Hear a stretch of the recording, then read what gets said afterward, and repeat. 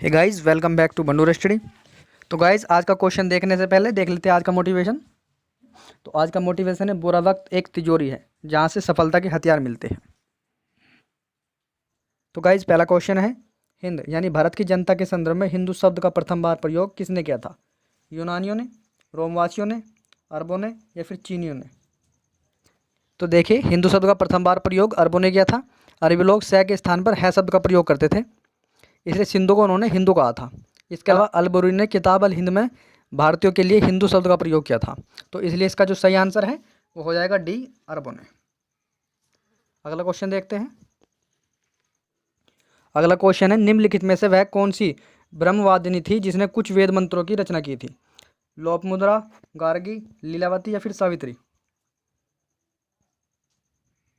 तो देखिए, लोपामुद्रा, घोषा, सिक्ता, विश्ववारा, अपाला और निवावरी आदि जो विदुषी स्त्रियों थी, उन्होंने वेद मंत्रों की रचना की थी। तो इसलिए इसमें जो इसका सही आंसर हो जाएगा वो ए हो जाएगा, लोपामुद्रा। अगला क्वेश्चन है, सूची 1 को सूची 2 से सुमेलित कीजिए। तो देखिए, जो विक्रम संवत था वो 58 ईस्वी में होता, तो ए का 4 हो जाएगा। इसके बाद जो शक संवत था वो 78 ईस्वी में होता, तो बी का 3 हो जाएगा। तो ए का 4 इसमें है, बी का 3, तो इसलिए इसका जो सही आंसर हो जाएगा वो डी हो जाएगा। अगला क्वेश्चन देखते हैं। अगला क्वेश्चन है, गुप्त काल में लिखित संस्कृत नाटकों में स्त्री और पुरुष बोलते थे संस्कृत, पाली, प्राकृत या फिर शौरसेनी? ये क्वेश्चन भी जो है आपका 1995 में पूछा गया था।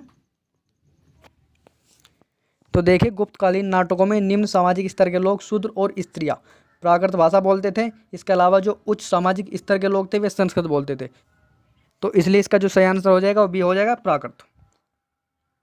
तो देखिए, 5वां क्वेश्चन है, अशोक का अपने शिलालेखों में सामान्यतः जिस नाम से उल्लेख हुआ है वह है चक्रवर्ती, धर्मदेव, धर्मकीर्ति या फिर प्रियदर्शी?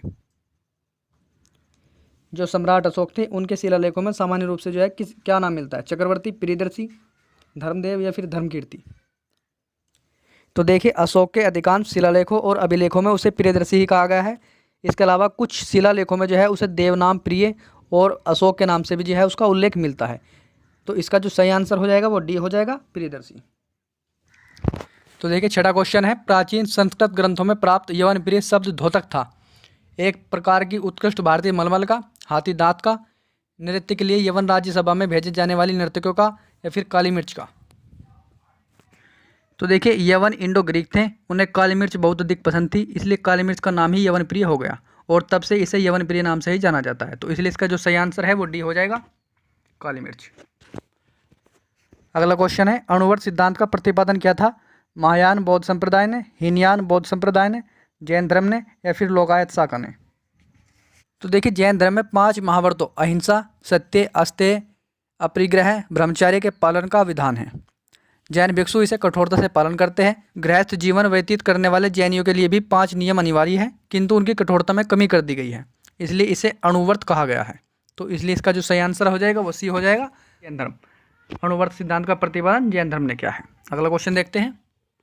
अगला क्वेश्चन है, दर्शन की मीमांसा प्रणाली के अनुसार मुक्ति निम्नलिखित में से किन साधनों से संभव है? ज्ञान से, भक्ति से, योग से या फिर कर्म से? तो देखिए, मीमांसा का अर्थ होता है खोज या फिर छानबीन। इसके 2 भाग हैं, पूर्व मीमांसा और उत्तर मीमांसा। पूर्व मीमांसा धर्म की व्याख्या सद्गुणों, नैतिकता और कर्तव्य के रूप में करती है। मीमांसा दर्शन शास्त्र क्रम के सिद्धांत पर जोर देता है, जिसके अनुसार कर्म मुक्ति का माध्यम बन सकता है। तो इसलिए इसका जो सही आंसर हो जाएगा वो डी हो जाएगा, कर्म। देखिए, 9वां क्वेश्चन है, ये भी 1995 में आया है, यानी 1995 में जो हिस्ट्री से 9 क्वेश्चन पूछे गए थे। तो 9वां क्वेश्चन है, चोल काल के दौरान नटराज की कांस्य प्रतिमा देवताओं को निरपवाद रूप में निम्नलिखित में किसके साथ दिखाती है? 8 हाथ के साथ, 6 हाथ के साथ, 4 हाथ के साथ या फिर 2 हाथ के साथ? तो देखिए, नटराज की 4 हाथों वाली कांस्य प्रतिमा चोल काल की मूर्ति कला की सर्वोत्तम उदाहरण है। तो इसलिए इसका जो सही आंसर हो जाएगा वो सी हो जाएगा, 4 हाथ। अगला क्वेश्चन है, प्राचीन भारत के विषुवत्ति विषयक धारणाओं के अनुसार 4 युग के चक्र का क्रम किस प्रकार है? तो देखिए, सृष्टि के संपूर्ण काल को 4 युगों में बांटा गया है, जिसका क्रम जो है इस प्रकार से है। सबसे शुरू में जो आता है आपका कर्तयुग आता है, उसके बाद त्रेता युग, फिर द्वापर युग और उसके बाद कलयुग। तो इसलिए इसका जो सही आंसर हो जाएगा वो सी हो जाएगा, पहले कर्तयुग, फिर त्रेता युग, उसके बाद द्वापर और फिर कलयुग। इसके बाद 11वां क्वेश्चन था 1996 में जो करंट अफेयर रही थी उस समय की, उस समय का क्वेश्चन था, पूछा गया था। देखिए, देवदासी संस्था के प्रसंग में निम्नलिखित में से कौन सा मंदिर जो है समाचारों में चर्चित रहा। जो इसका आंसर था वो ए था, आपका जगन्नाथ मंदिर। इसके बाद अगला क्वेश्चन था, आरंभिक वैदिक साहित्य में सर्वाधिक वर्णित नदी है सिंधु, सुतुद्री, सरस्वती या फिर गंगा। तो देखिए, आरंभिक वैदिक साहित्य में यानी ऋग्वैदिक काल में सर्वाधिक वर्णित नदी सिंधु थी। इसके अलावा जो आपकी दूसरी पवित्र नदी मानी जाती थी वो सरस्वती पवित्र नदी मानी जाती थी। और आपकी जो गंगा थी, गंगा का जो है सिर्फ एक बार और यमुना का 3 बार उल्लेख किया गया है। तो इसलिए इसका जो सही आंसर हो जाएगा वो ए हो जाएगा, सिंधु नदी। तो अगला क्वेश्चन है, निम्नलिखित में से कौन सा आरंभिक जैन साहित्य का भाग नहीं था। थेरी गाथा, आचारांग सूत्र, सूतकृतांग या फिर व्रतकाल्प सूत्र। तो देखिए, आपका जो आचारांग सूत्र था ये आपका जैन साहित्य से संबंधित था। सूत्रकृतांग भी आपका जैन साहित्य से संबंधित है। इसके अलावा जो आपका व्रतकल्प सूत्र है ये भी आपका जैन साहित्य का जो है भाग था। आपका थेरी गाथा जो था इसका भाग नहीं था। तो देखिए, थेरी गाथा जो था वो बौद्ध साहित्य का भाग है, जैन साहित्य का नहीं है। जबकि आपका आचरांग सूत्र, सूत्रकृतांग और आपका व्रतकल्प सूत्र जो है जैन साहित्य का भाग। तो इसलिए इसका जो सही आंसर था वो ए था, थेरी गाथा। तो आज की वीडियो हम यहीं पर रोकते हैं। आई होप आपको ये वीडियो पसंद आई होगी। अगर आपको ये वीडियो पसंद आई है तो वीडियो को लाइक करें, चैनल को सब्सक्राइब करें और अपने दोस्तों में ज़्यादा से ज़्यादा इसको शेयर करें।